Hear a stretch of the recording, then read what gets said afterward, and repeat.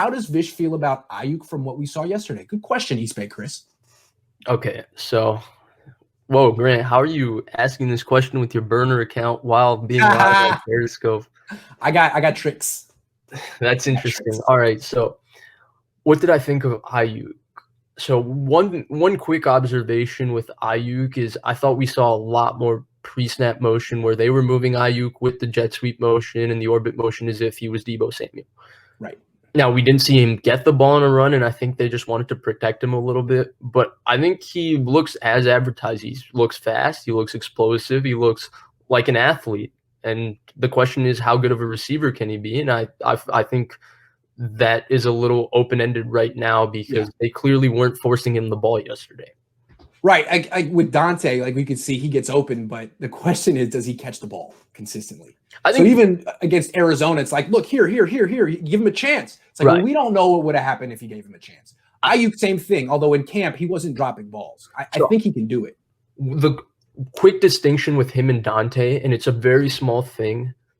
His first catch of his career was an off schedule from Jimmy, and the ball was actually supposed to go to Bourne. And I think something that I liked from Aiyuk that I've never seen from Dante is that the ball was around him and he went and got it. Exactly. It wasn't like, oh, maybe going to Bourne. No, he didn't stop. He said, I'm going to catch this ball. And he went and caught the ball, which is amazing to see. And number two, he just looks like an incredible athlete.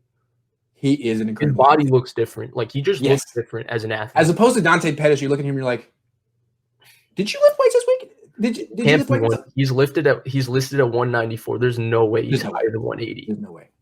Aiyuk, I've been trying to think who he reminds me of, and I think Odell Beckham is a little rich to call him Odell Beckham. He's not as shifty as Odell. No. His legs are bigger than Odell's. I was thinking Terry McLaurin.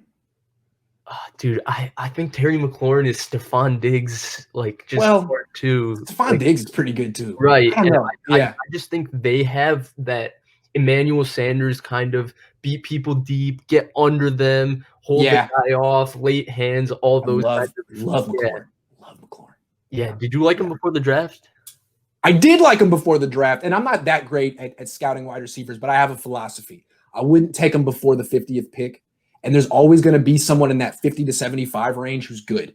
You take one every year. It's what the Steelers do. And usually it's a guy who is a good athlete and performed well at the Senior Bowl. He did both. So I was like, you know what? I'm just going to roll and also Ohio State guys historically have done better in the NFL because of that offense and the quarterbacks there. So I felt there was a chance. He's way better than Paris Campbell, that's for sure. Right. If you go back and watch, it was just a lot of those shallow cross throws to Paris Campbell. Like, well, that's not going to translate to the NFL. Yeah. Real quick, though, speaking of receivers from that draft, it's been well documented that the Niners, if the Patriots didn't take N'Keal Harry, that's who they would have taken at 34 instead of Deebo Samuel. And that would have been a mistake. I loved N'Keal Harry. I preferred him to Deebo. But I didn't understand Deebo's potential in the run game. I didn't see that. Right. As a straight-up receiver, he's good. But there might be other guys you might more. But as the total package, wow. Tyreek Hill. N'Keal Harry in college, I just felt like he broke a lot more tackles. Like, he was Juwan Jennings on steroids. Yes. Where he would just make people thought he looked good last night. Yesterday. I mean, Cam was going to him. I thought he looked pretty good last night. He did look good. He looked tough. Great hands, physical. But he didn't have that. He had that extra shift at his size to make people miss. I didn't see that. Deebo's faster. Deebo can get to 21, 22 miles an hour, which is impressive. I don't think Harry can. The other thing, though, is they could have had McLaurin. They took Jalen Hurd instead. Right. And they were swinging for the fences on that one, but they couldn't have had Deontay Johnson. I think he was the pick before. No. And I like Johnson. Their mindset, I think, when it came to Jalen Hurd was not as wide receiver. They saw him as future Kyle Juszczyk / the guy you list as offensive weapon to be pretentious and that kind of thing. And he just it was a pretentious pick. It really was. Yeah. But again, let's be honest. Oh, what? So go ahead. Mitch Wishnowsky. First of all, can we talk about how good the guy's been punting this year? He's been phenomenal. But the problem is that Chauncey Gardner-Johnson was still there. Yes. And he's become one of the best nickels in the NFL. Right. Yeah.